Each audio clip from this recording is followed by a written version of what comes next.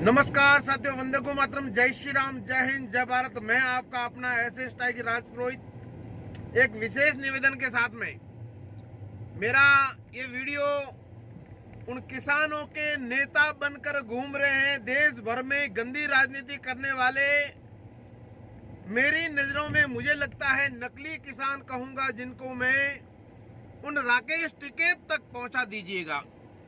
ये मेरा विशेष संदेश उस व्यक्ति तक ही है जिन्होंने देश के अंदर जिस तरह से देश का माहौल खराब करके रखा है, जिस तरह से ये किसान आंदोलन के नाम पर गंदी राजनीति कर रहे हैं, देश के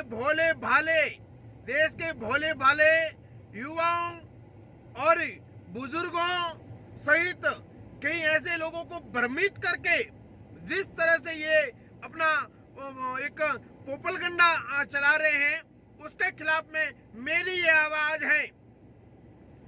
पहला सवाल, राकेश टिकैत साहब, आपके पास करोड़ों की आस्ती जितने भी हैं, बीच में मीडिया वालों ने बताया था, क्या आपने कभी किसी गरीब किसानों के लिए अपनी वो तिजोरी का ताला खोला है? क्या नहीं खोला? आपने इस किसान आंदोलन से पहले न जाने कांग्रेस की सरकार के समय में इस देश के अंदर न जाने कितने किसानों ने आत्महत्या की थी, कितने किसानों ने अपने प्राणों की आहुति दी थी। क्या उनके घर पे कभी बैठने के लिए गए थे? क्या उनको मुआवजा दिलाया? क्या उस समय आपने आवाज उठाई? नहीं। क्यों नहीं?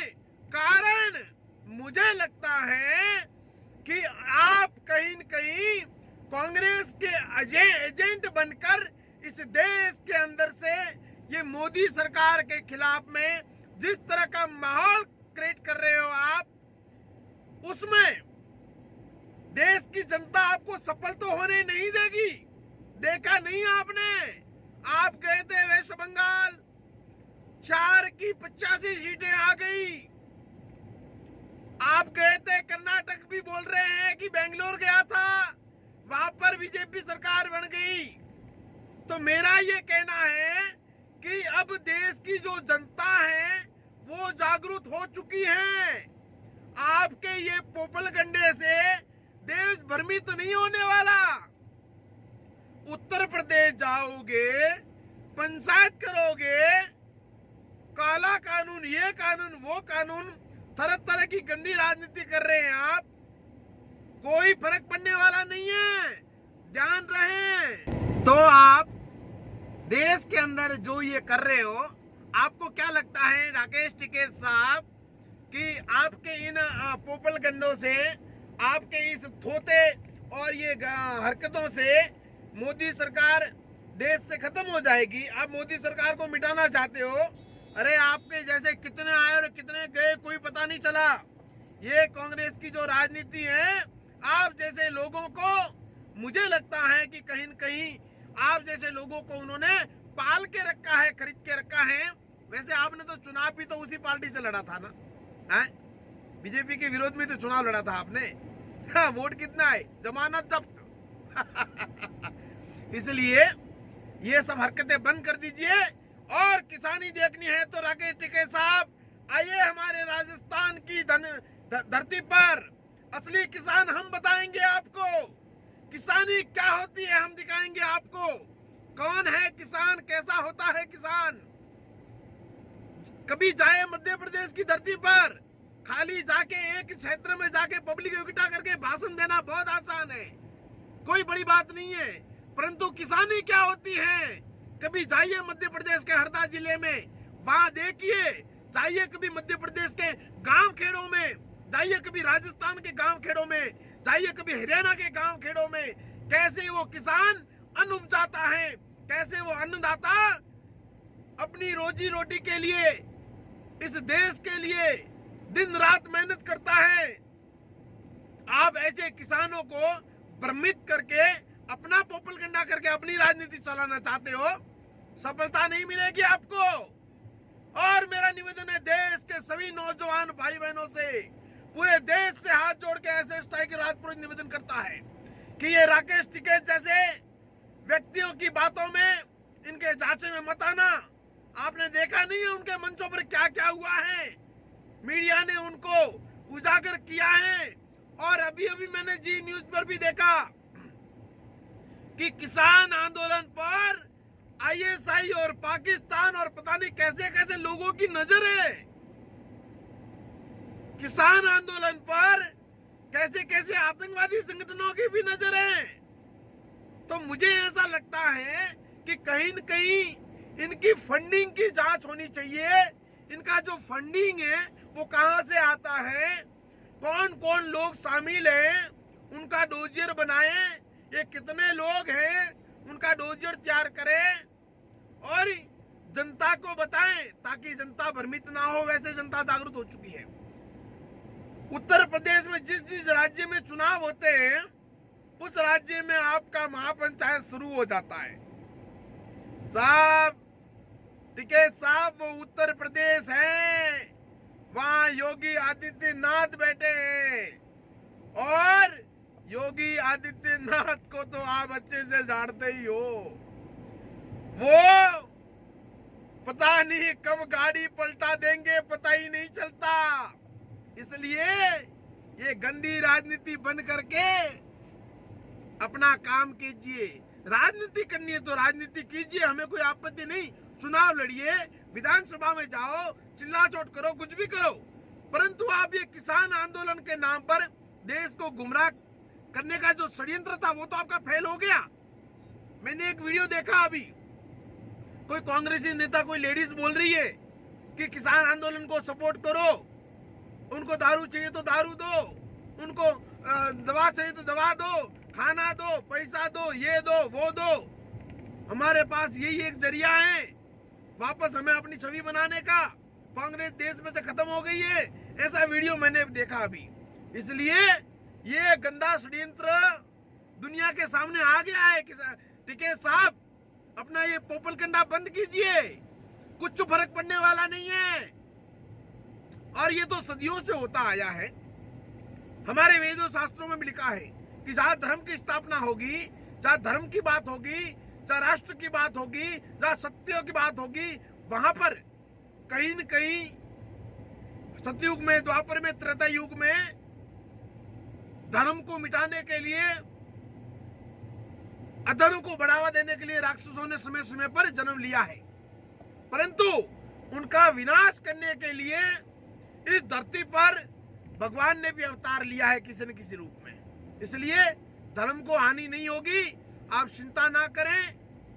और आपका ये पोपलगंडा चलने वाला नहीं है ना। उत्तर प्रदेश की जनता को तुम्हारी ये 4-5 कुछ बेवकूफ लोगों के चिल्लाने से, आपके ये मुट्ठी भर समर्थकों के चिल्लाने से, बीजेपी और योगी और मोदी का दुष्प्रचार करने से क्या आप कामयाब हो जाओगे, ऐसा सोच रहे हो?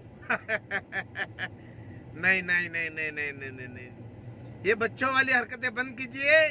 आप बुजुर्ग हो चुके हैं, सफेद आ गए हैं, तो हो सकता है तो देश के अंदर अच्छी छवि बनाइए, देश के युवाओं के अंदर एक अपना अच्छा व्यक्तित्व बताइए, देश को, युवाओं को प्रेरित कीजिए कुछ धर्म के लिए, राष्ट्र के लिए, देश के लिए करने के लिए। ये हरकतें ना कीजिए, क्योंकि आज भी कुछ ये फर्जी लोगों का डेरा कहीं न कहीं लेके घूम रहे होंगे, पता नहीं, परंतु असली किसान, रियल किसान, मिट्टी का बेटा आज भी खेतों में मेहनत मजदूरी करके अन्न उपजाता है। अन्नदाता आज भी खेतों में है, वो अपना कार्य कर रहा है। आप लोगों ने ये गंदी राजनीति का पोपल करना चला रखा है। साथियों, ज्यादा से ज्यादा इस राष्ट्रवादी क्रांतिकारी देश भगत नरेंद्र मोदी साहब को सपोर्ट कीजिए। वो साइड का काट बंद करो, पीछे, हाँ। ज्यादा से ज्यादा उनको सपोर्ट कीजिए, क्योंकि युगों बाद, काफी वर्षों बाद ऐसा एक नेतृत्व भारत को मिला है जो कभी किसी ने सपने में नहीं सोचा था। इस देश के अंदर 3 तलाक के ऊपर कानून, 370, 35A, राम मंदिर, NRC, CAA, नोटबंदी जैसे अनेकों ऐसे ऐसे काम किया इस देश के लिए कि इस देश के कुछ जो ये गद्दार लोग थे जो देश को लूट रहे थे, उन लोगों की तिजोरियों पे ताला लगा लिया और जिसकी तिजोरियां भरी हुई थी वो ताला तोड़ के देश के गरीबों को बांट दिया है, किसानों को बांट दिया है। आज हर घर में गैस पहुंच रहा है, हर घर में टॉयलेट बना रहे हैं, हर गरीब को मकान मिल रहा है, मुआवजा दिया जा रहा है। भारतीय जनता पार्टी की सरकार ये नरेंद्र भाई मोदी जी के नेतृत्व में जिस तरह से देश का विकास हो रहा है मेरे साथियों, आने वाले समय में न कभी कोई कर पाएगा। अगर आपने मोदी को खो दिया तो पछतावा के अलावा कुछ नहीं मिलेगा आपको। आज भी देख लो, जहां जहां कांग्रेस की सरकारें हैं वहां पर देखो इन लोगों ने क्या क्या किया है, क्या क्या कर रहे हैं। जरा सोचो, विचार करो, उनकी रणनीति, उनका माइंड देखो, उनकी राजनीति देखो, उनका प्रोपेगेंडा देखो, किस तरह से सनातन धर्म के, हिंदू धर्म के विरोध में, गौ माता की रक्षा के विरोध में ये प्रोपेगेंडा चला रहे हैं, किनको बढ़ावा दे रहे हैं। अरे बाटला हाउस पे आंसू बहाने वाले लोग इस भारत का क्या भला करेंगे। जेएनयू में भारत के टुकड़े होंगे के नारे देने वाले, उस कन्हैया के साथ में कंधे से कंधा मिलाकर खड़ा होने वाले लोग क्या इस देश का भला करेंगे? नहीं। अरे ये भी विजय माल्या की तरह कब भगेंगे पता ही नहीं चलेगा, फिर रोते रहना। तुम सोच रहे हो कि हमारे लिए, अरे इनका इतिहास पढ़ो, पहले इनका इतिहास पढ़ो कि इन्होंने, इनके पूर्वजों ने क्या क्या किया है, कौन थे, कहां से आए। नकली जनेऊ डालने से कोई पंडित नहीं बन जाएगा, नकली मंदिर जाके टीका लगाने से कोई पंडित नहीं बन जाते राहुल बाबा। ये भारत है और आज का भारत आपको और आपकी पार्टी को पहचान चुके हैं। इसलिए अब आपकी ये गंदी राजनीति नहीं चलेगी, ये लूट, ये तरह तरह के घोटाले नहीं चलने देंगे। ये मोदी है, ईंट से ईंट बजा देते हैं, अच्छो की गीली कर देते हैं। इसलिए मेरा मानना है कि राहुल बाबा, आपसे बड़ी सलाह देता हूं कि ये राकेश टिकैत जैसे लोगों को खड़ा मत करो।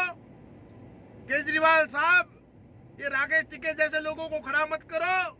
और मेरा निवेदन है विपक्षियों से, ये गठबंधन की टुकड़े टुकड़े गैंग से, कि सभी लोग मिलकर राहुल बाबा के लिए अच्छा रिश्ता देखकर उनकी शादी करवा लो, घर गृहस्थी बचा लेंगे वो, और जितना कमाया है उससे जिंदगी गुजर जाएगी उनके 7 पीढ़ी की, है ना। तो ये पोपलगड्ढा बंद करें। धन्यवाद साथियों।